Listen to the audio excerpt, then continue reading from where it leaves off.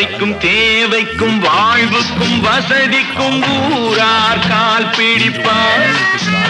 ஒரு மானமில்லை அதில் ஈனமில்லை அவர் எப்போதும் கால் பிடிப்பார்.